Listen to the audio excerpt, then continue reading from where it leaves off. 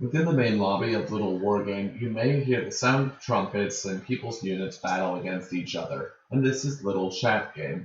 LittleChatGame pits enemy units in a line, facing off against one another, and they fight in an auto-battler style to determine whose army is left alive. The problem with LittleChatGame is that it is a very solvable, and it in fact has a solved meta. That's not counting the people who have code access. You can look in the profiles of certain individuals. They will tell you what the viable paths are for LittleChatGame, and you can rest assured that anything you play that does not hard counter at least one of those builds is not going to have much chance at success. Enter into this a mod that looks to take LittleChatGame and expand its parameters by making it somewhat entirely unique, by giving it a tug-of-war sense that already exists in LittleChatGame, but instead making it four-way and a free-for-all game on top of that. This four-way multiplayer free-for-all map that incorporates various aspects of LittleChatGame into something new and yet different is Lane Minions. Lane Minions by TheGameMaster is another one of TheGameMaster's successful mods. You start with a castle that is capable of building wolves, soldiers, archers, small dragons, and even a large expensive dragon, and you are given a starting cash flow of 100 gold with which to do everything. You slowly accrue gold throughout time, and you will use this to purchase more units. However, every enemy unit that you kill also gives you gold advantage and gold income. And so killing someone's extremely expensive werewolves or catapults or their giant dragon might give you enough gold back for you to go ahead and manifest an even stronger army. Because there is a free-for-all component to this, it is very difficult to know who is ahead exactly at any one time. Add in that if you don't have units on the map, you may in fact not have any vision whatsoever.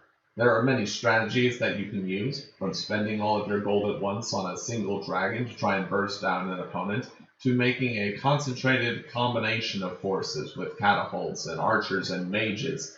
Each of the units behaves a little bit differently in Lane Minions than they do in normal LittleWarGame. All units have much higher damage than they do relative to their hit points in the base game. Mages auto-cast an attack that does AoE damage. The dragon fires a stream of fire down instead of single burst attacks. Catapults can hit air units. Literally anything that you can imagine could be changed, has been changed inside of Lane Minions. But what's interesting about Lane Minions, as always with these kinds of mods, is that Lane Minions is a very quick and repeatable mod. It might take 1 to 2 minutes for a player to decide that they are the victor, or for everyone else to forfeit under the weight of their tactics, and perhaps even their strategy. But because it hasn't been played to death, and because it has a free-for-all component, the players you're playing up against and their strategies uniquely intermingle and interact with the strategies of yourself and your other opponents. And much in the same way, this adds variance that while LittleChatGame itself does not possess, Lane Minions possesses in abundance. Do you make a lot of wolves knowing that mages provide AoE and can wipe them out in a single swoop? Do you provide catapults knowing that if they're attacked at too close of a range, they will be dealt with and return a large amount of gold? Do you make simple soldier-archer combinations and pick neither the best side of both worlds, but leaving yourself more susceptible to generous AoE and some flying units that do exist in the game? All of these decisions are at your fingertips in Lane Minions, and this isn't a mod that requires high actions per minute. It doesn't require you to have an in-depth understanding of unit micro. No, what it really requires is for you to make a couple simple choices and then watch the units fight it out in an auto-battler fashion.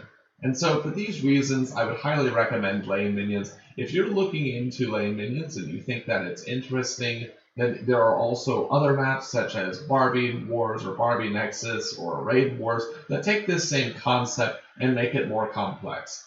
But what's great about Lane Minions is that it introduces only the minimum aspects necessary to create a fun and engaging and more importantly repeatable mod that I look forward to seeing grow in popularity as the days and weeks progress.